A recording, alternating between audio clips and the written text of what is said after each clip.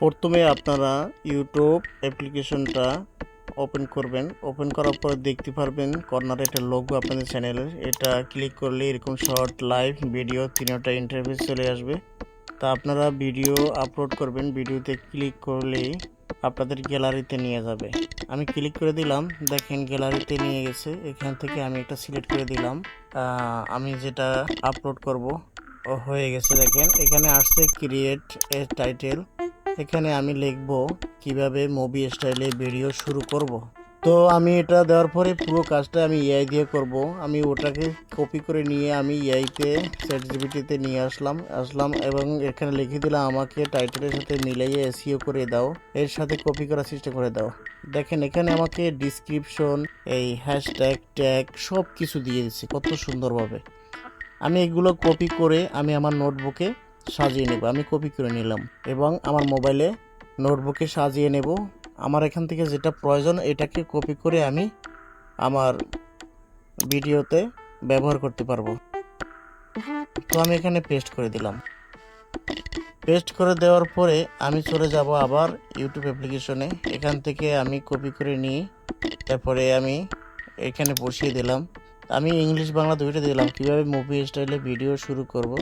এবার ডিসক্রিপশনটা আমি দিয়ে দেব। ডিসক্রিপশনটা আমি সুন্দর করে দিয়ে দিলাম। দেখেন কত সুন্দর করে ডিসক্রিপশন লিখে দিয়েছি। ডিসক্রিপশন দেওয়ার পরে আমরা চলে যাব আনলিস্ট ভিজিবিলিটি। এটা আপনারা পাবলিক থাকবে, আপনারা আনলিস্ট করে রাখবেন বা আপলোড করবেন না, তাহলে সমস্যা হবে। কোনো ভুল ত্রুটি থাকলে সেটা সংশোধন করতে পারবেন না। এরপরে আমরা অডিয়েন্স ঠিক করব। অডিয়েন্সটা খুবই গুরুত্বপূর্ণ। এখানে আমরা এই অপশনটা সিলেক্ট করে দিব।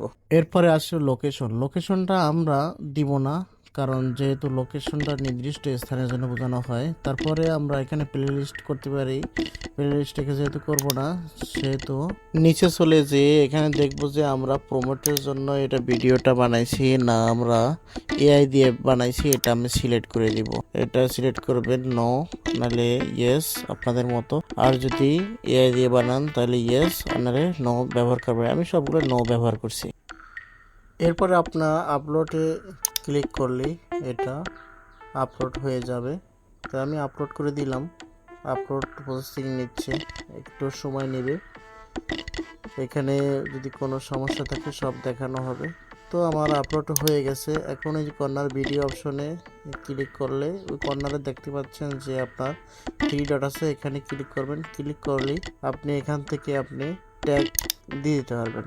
ট্যাগটা আপনার অন্য ইউটিউব স্টুডিও থেকে দিতে হবে না বা ক্রোমবাজার থেকে দিতে হবে না। তো আমি এখানে ক্লিক করে দিলাম এডিটে ক্লিক করার পরে এখান থেকে যে এই যে কর্নারে যে আইকনটা দেখেন, এখান থেকে আপনি থাম্বনেলও দিতে পারবেন।